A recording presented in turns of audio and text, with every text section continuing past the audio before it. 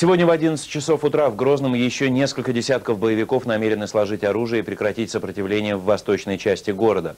Об этом сообщил первый заместитель полномочного представителя правительства России в Чечне Беслан Гантемиров. По его словам, таким образом, в самое ближайшее время вся восточная часть Грозного будет находиться под контролем чеченской милиции и федеральных сил. Напомню, накануне 54 боевика уже сложили оружие и сдались подразделениям объединенной группировки. И если сегодня прекратят сопротивление еще несколько десятков сепаратистов, то можно будет говорить о наступлении психологического перелома в боях за Грозный. Так, во всяком случае, полагает помощник президента России Сергей Стрижемский. По его словам, боевики начинают осознавать бесперспективность противостояния федеральным силам.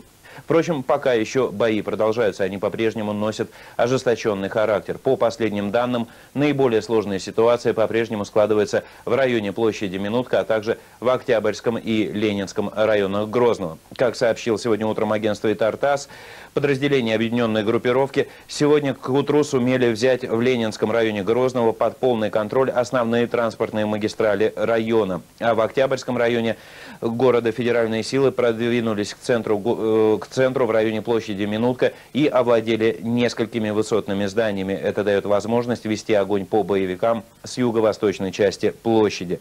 Данных о пострадавших пока нет. И сегодня же в Москве патриарх Московский и вся Руси Алексий II в храме Христа Спасителя отслужит молебен по всем погибшим в Чечне солдатам и офицерам федеральных войск. Как подчеркнул патриарх, церковь чтит память воинов, которые отдали жизнь, защищая Отечество. Второй день в Грозном боевики в массовом порядке сдаются отрядом Беслана Гантемирова, воюющего на стороне федеральных сил. Сегодня прекратили сопротивление еще 128 экстремистов. Все это происходит в восточной части чеченской столицы. В то же время в остальных районах города сражение не затихает ни на минуту. Войскам по-прежнему не удается установить контроль над площадью Минутка. Эта точка на карте города стала символом самых жестоких боев. Агония – это слово почти в каждом сообщении о положении боевиков в Грозном. С безысходным отчаянием они продолжают сопротивление в Ленинском и Октябрьском районах города, на подступах к площади Минутка. По этим позициям наносятся массированные артиллерийские и авиаудары. Полностью разрушена электростанция «Южная». Отбит 12-этажный дом в 200 метрах от Минутки.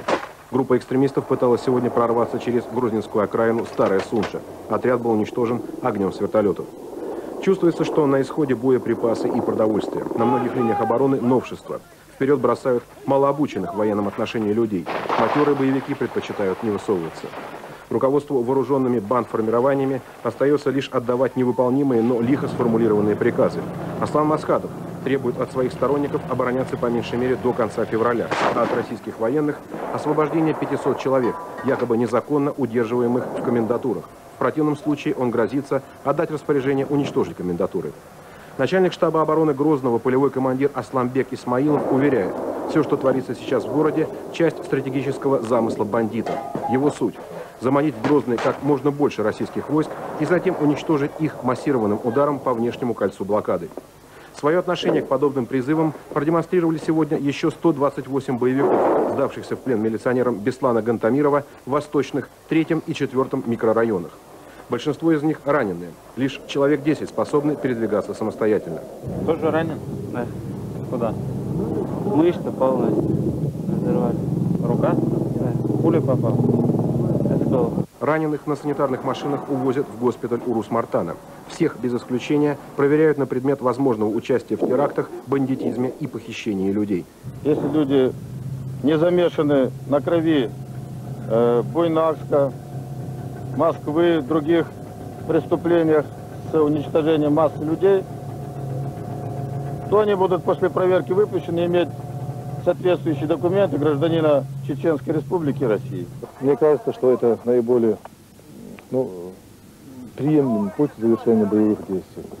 Потому что среди тех, кто сегодня воюет против федеральной армии и чеченской милиции, 80% все-таки людей, которых надо было бы вернуть к мирной жизни и, честно говоря, можно было вернуть. Боевики перед тем, как сдаться, сами проводят разминирование своих позиций. Затем милиция Гантемирова производит зачистку. И, наконец, территорию занимают военные. По мнению федерального командования, начало процесса сдачи боевиков в восточных районах Грозного на фоне очевидных успехов подразделений объединенной группировки производит должный психологический эффект на тех, кто все еще продолжает сопротивление. Петр Филь, Евгений Абошков, ОРТ. В горах к югу от Грозного боевики избегают открытых столкновений с федеральными силами, предпочитая вести диверсионную войну.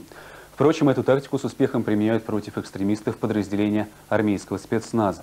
Наш следующий репортаж из расположения восточной группировки. Его подготовила съемочная группа Кирилла Полынина. Все стратегические высоты на востоке и юго-востоке Чечни заняты нашими войсками, мотострелками, десантниками и морскими пехотинцами.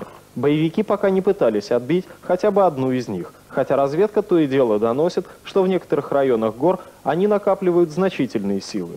Создается впечатление, что военным известны планы боевиков, и они ждут их первого шага. Идем, пускай приходят, мы этим чертям бошки подпиливаем и все. Да и какой разумный человек, я думаю, сюда полезет, если такая высота, мощь здесь стоит. Ну а если полезут, получат. В горных районах Чечни боевики по-прежнему избегают открытых столкновений с федеральными войсками. Они либо обстреливают позиции из укрытий, либо совершают диверсионные вылазки и ставят засады на дорогах. Перед Химой попали когда в засаду. Там с ним повоевали. Они там как начали с гранатометов, со всего это как... Даже некуда было спрятаться. Кто где успел спрятаться, тот выжил. Выжили почти все, сказывается подготовка. Бойцы уже научились выходить из засад с минимальными потерями. Боевые действия в горах уже давно называют партизанской войной. Недавно добавилось еще одно определение. Какой-то остряк-солдат назвал эту войну «войной малых форм». Федеральным силам в горах противостоят так называемые масхадовские тройки – гранатометчик, снайпер и пулеметчик. Они нападают из-под тишка, делают несколько залпов и растворяются в лесах. Впрочем, федеральные войска быстро научились бить боевиков их же оружием. Разведгруппы уходят в горы в тыл к боевикам и устраивают засады у наиболее оживленных троп. По много часов на ветру и 15-градусном морозе разведчики ждут боевиков, и когда те появляются, уничтожают их кинжальным огнем. Совершаются партизанские вылазки на укрепленные базы боевиков. Если есть возможность, разведчики уничтожают их сами. Если нет, наводят артиллерию и авиацию.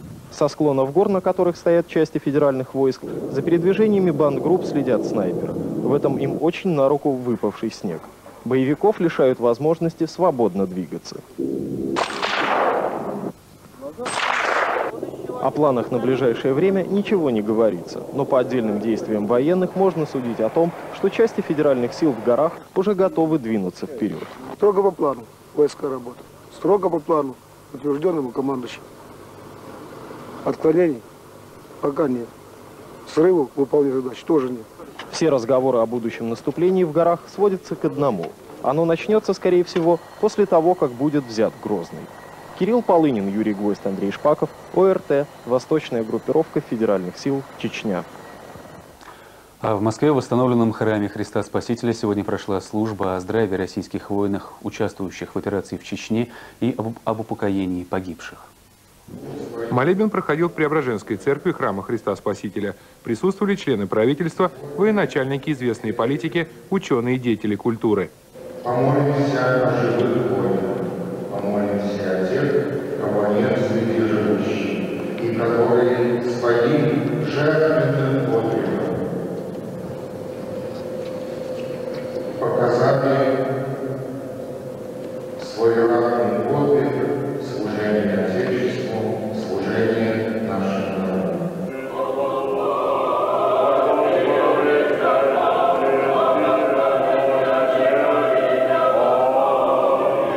Уже после богослужения в беседе с журналистами Алексей II напомнил, что православная церковь в Чечне тоже потеряла 3 священников, ставших жертвами похитителей. Патриарх полагает, что контртеррористическая операция должна быть продолжена и доведена до конца.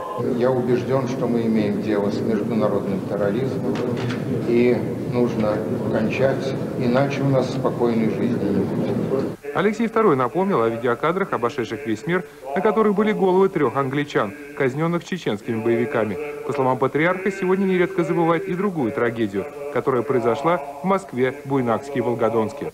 Когда часто говорят о том, что нужно думать о мирных людях, но ведь мирные люди и в Москве погибали, и в Волгодонске, и были захвачены в качестве заложников, и за них требовали выкуп, а если не получали, то их убивали.